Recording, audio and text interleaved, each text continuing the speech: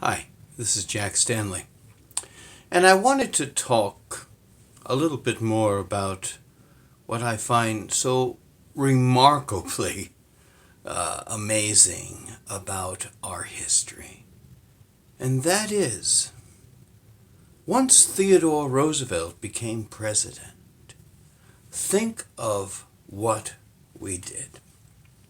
Now, I wanted to dissect this a little bit because, in our history, we see Theodore Roosevelt in only one way, the Rough Rider, and he was able to do everything and do this, that, and everything else. And well, what was the Rough Rider? Who was Theodore Roosevelt, and what was his administration like?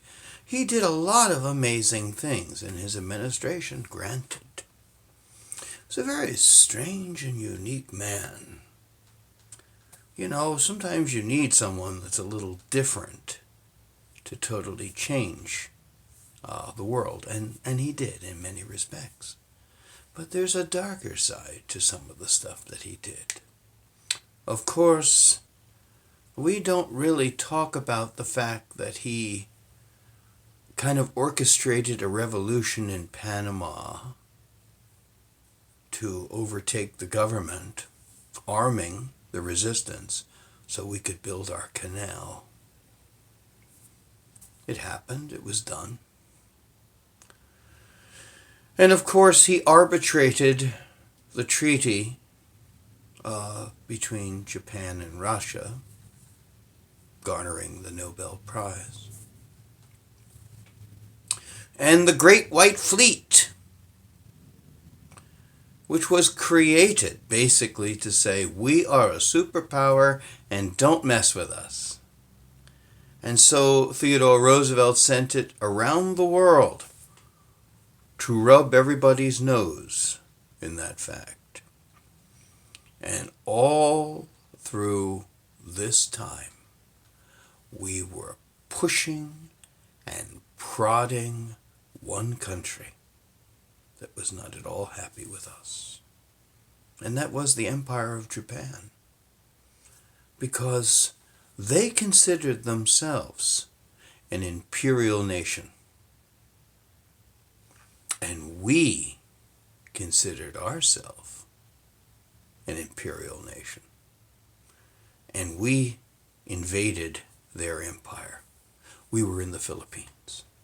And the Philippines was ours. And we made no bones about that fact. It was very, very important. Now, Theodore Roosevelt leaves the office in 1909. And his hand-picked successors, William Howard Taft, who truly didn't want to become president. The interesting thing that we talk about with Theodore Roosevelt is the trust buster. Well, he was to a degree.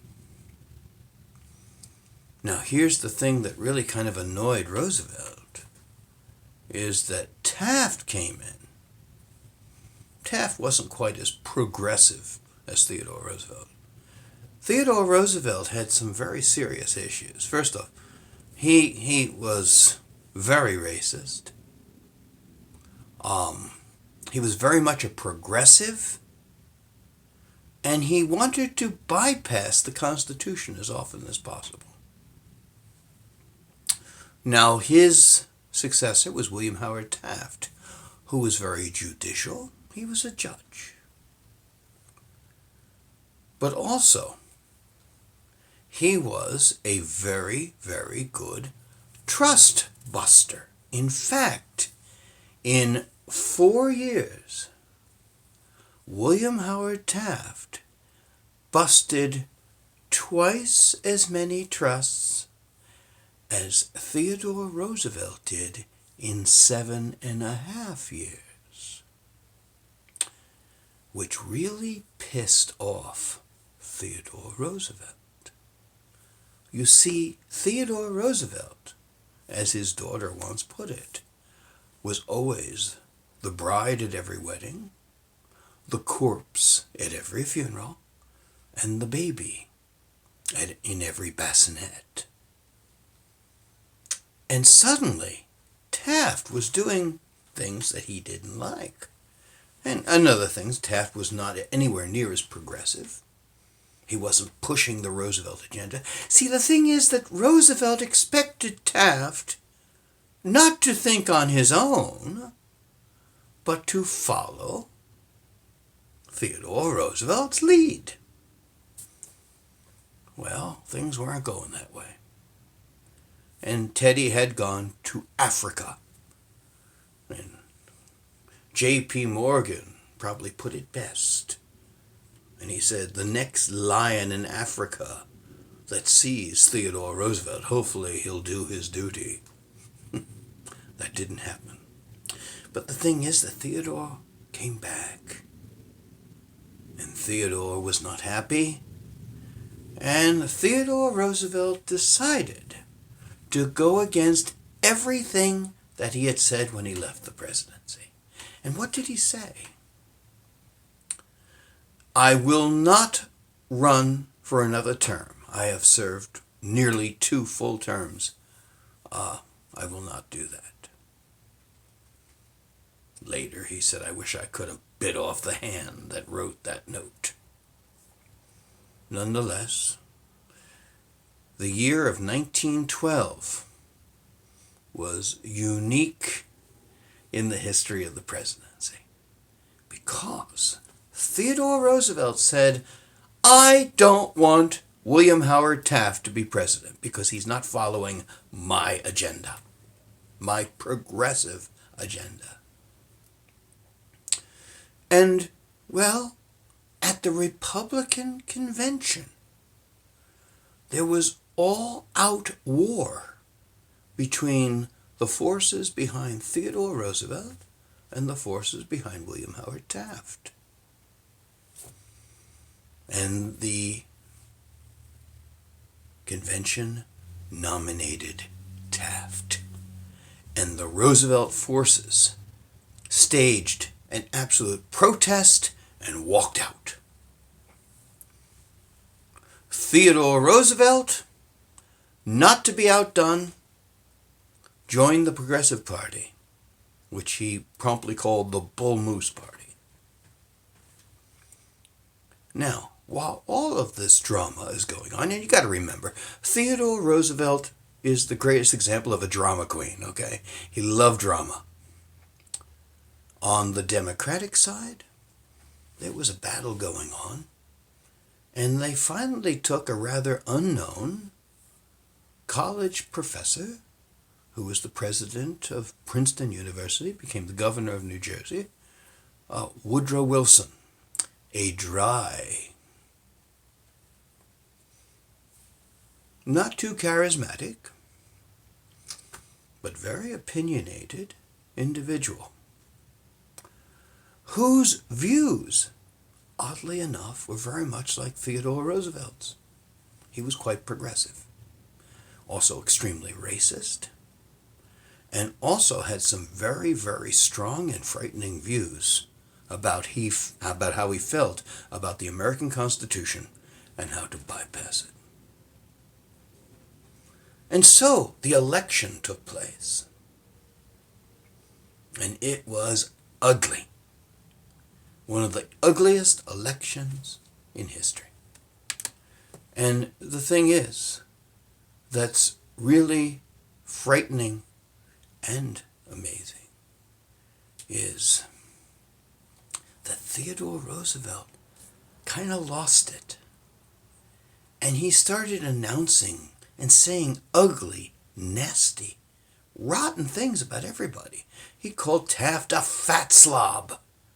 And he called Woodrow Wilson something less than a man.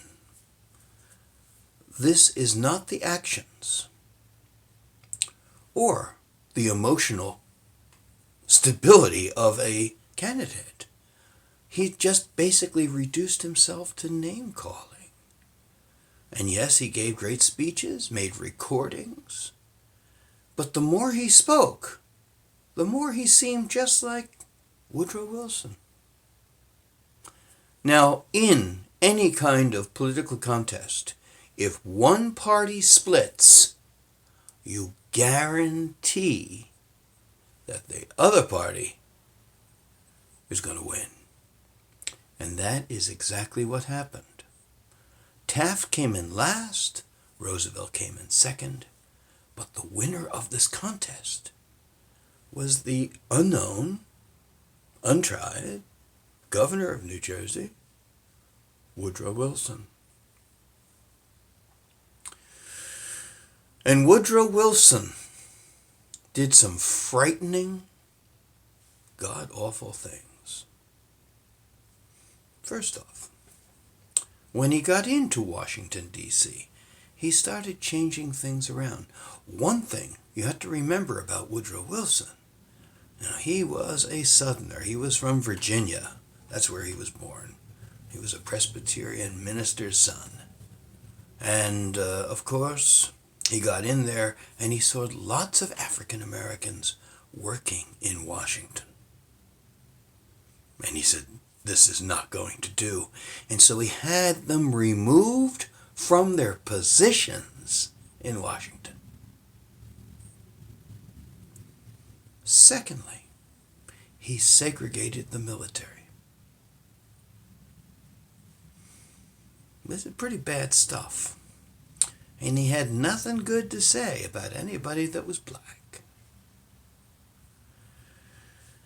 And so he did ethnic cleansing of government offices in Washington, and then started his work as a progressive, bypassing the Constitution as often as he could. Of course, World War I started. We were not interested in getting involved in World War I. But behind the scenes, Woodrow Wilson was very much involved.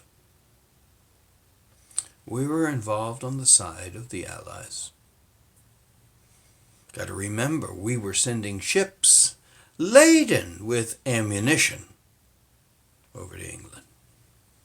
The Germans protested. And we basically said, screw you. This would lead to a very ugly situation in 1915 with the sinking of the Lusitania. And I got to tell you, the Lusitania, first off, was a special ship. She and her sister, the Mauretania, they had been built under Admiralty specifications because Cunard, when they built those ships, was broke. And they made a deal with the Admiralty that these ships would be designed to Admiralty standards and would be subdivided like a light cruiser. Therefore, they could take a lot of hits and not sink. It's very interesting when you see that the unarmed, peaceful ship, just filled with passengers, Lusitania, went to England and was torpedoed, and it sank in 15 minutes. Now, there are so many people that want to say it was just an atrocity by the Germans. But wouldn't you say that it's more of an atrocity to load a ship up with munitions, lie about it, and then invite the public to ride upon that ship? I side very much with the Germans on this because those munitions, once they got to England, guess who they were going to be used against? The Germans. So you've got to look at this whole thing differently. We've kept ourselves out of the war. In fact, Woodrow Wilson's campaign for 1916, which he barely won, because there was a lot of unhappiness about Woodrow Wilson. And he was against Charles Evans Hughes, who Theodore Roosevelt got involved in again and did stupid stuff, and he called Charles Evans Hughes the bearded lady. And of course, he insulted Wilson again. And Wilson squeaked by and won. What was his motto? He kept us out of war. Well, he took his oath of office on March of 1917. The following month, we declared war.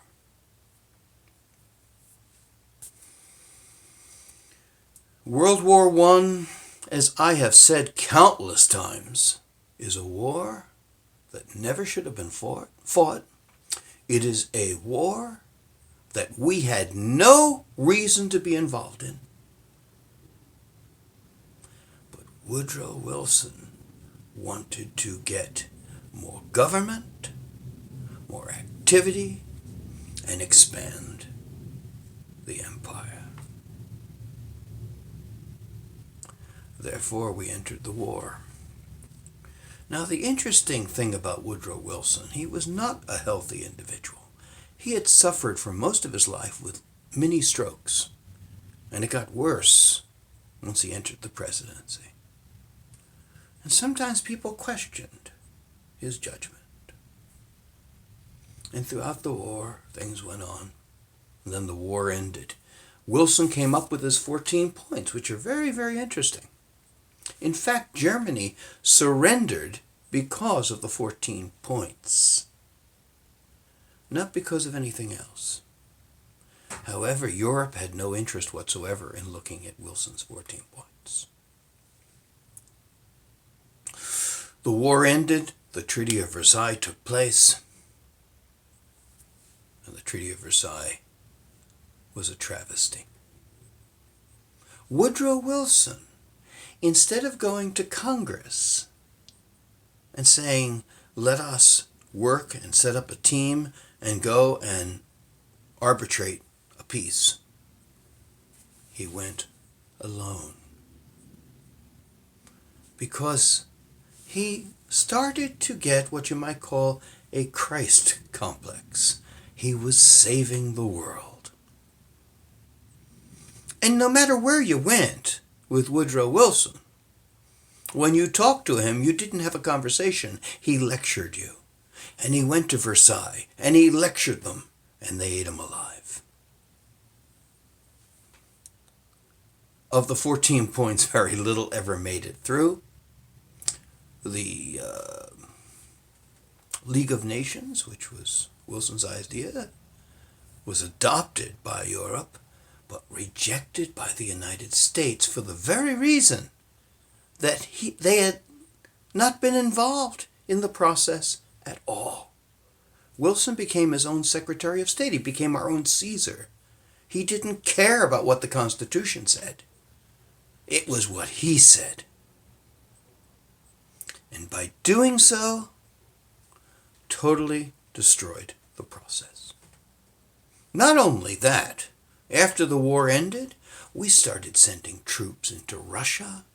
We sent troops into various parts of the world. We had invaded Mexico in 1916.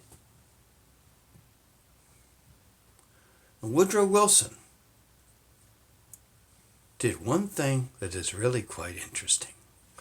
Theodore Roosevelt, the Rough Rider, the Battle of San Juan Hill, which we know is all bogus.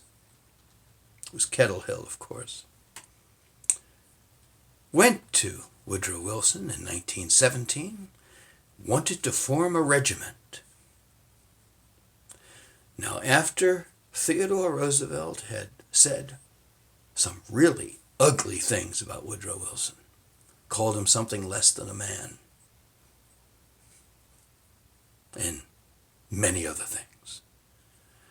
And when Teddy went to see Woodrow and begged him for a commission in France, Wilson did one of the few things I truly agree with. He told Teddy where to put his commission and to make sure the sun never shined there. And so Teddy walked out and never got his chance to fight another Battle of San Juan Hill, which of course he hadn't fought in the first place. the Battle of Kettle Hill, as if you've seen my channel, you know very well that much of what Teddy Roosevelt did was orchestrated by William Randolph Hearst. And so the war ended. There were atrocities by all sides. There were problems on all sides. The numbers of people killed in this ridiculous war were incredible. And lastly, the Treaty of Versailles guaranteed that more wars would come. And so this wild and crazy ideology of Woodrow Wilson became nothing but a sham, became nothing but a disaster. And the 14 points went into the dustbin of history. Thank you.